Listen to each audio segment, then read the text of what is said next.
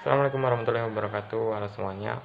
Baik, pada kesempatan kali ini saya akan mereview kembali materi bab 3, yaitu hukum perusahaan, mata kuliah aspek hukum dalam bisnis. Perkumpulan. Perkumpulan adalah induk atau bentuk asal dari segala bentuk persekutuan yang bergerak dalam dunia bisnis atau dunia usaha.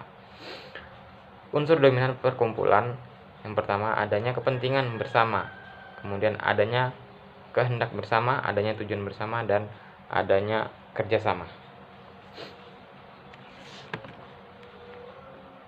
Berdasarkan status hukumnya, perkumpulan dibedakan atas yang pertama, perkumpulan yang berbadan hukum, kemudian ada yang kedua, perkumpulan yang tidak berbadan hukum.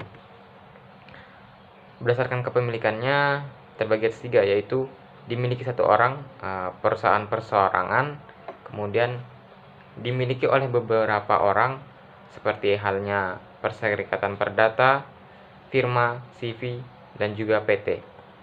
Yang ketiga dimiliki oleh negara yang disebut dengan perusahaan negara atau sekarang disebut dengan BUMN, Badan Usaha Milik Negara.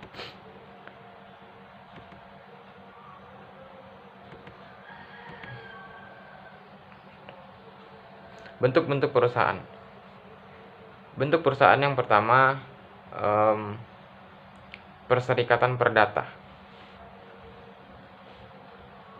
atau Burgerlich Mazhab atau partnership adalah perjanjian antara dua orang atau lebih yang mengikatkan diri untuk memasukkan sesuatu atau inbreng ke dalam perserikatan dengan maksud untuk membagi keuntungan atau manfaat yang diperoleh karenanya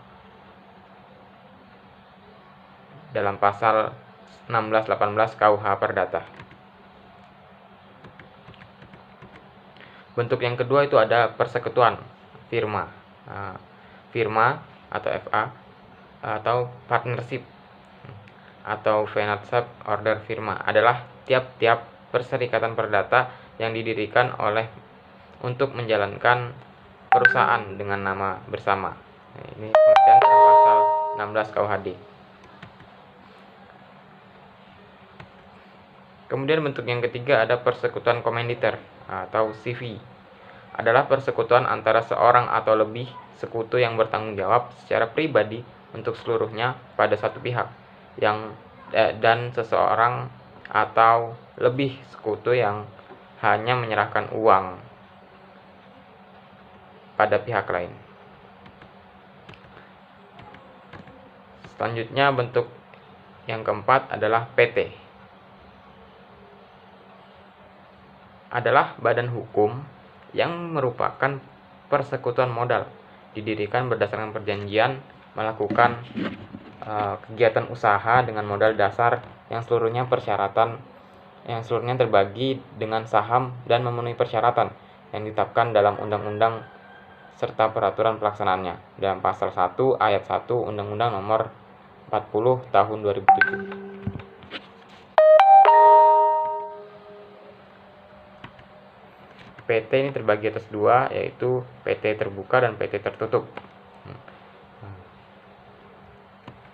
Seperti sekarang kita mudah untuk membedakannya dengan cara melihat dari nama PT-nya, yaitu ada di belakang, bagian belakang itu ada TBK, itu berarti perusahaan yang terbuka.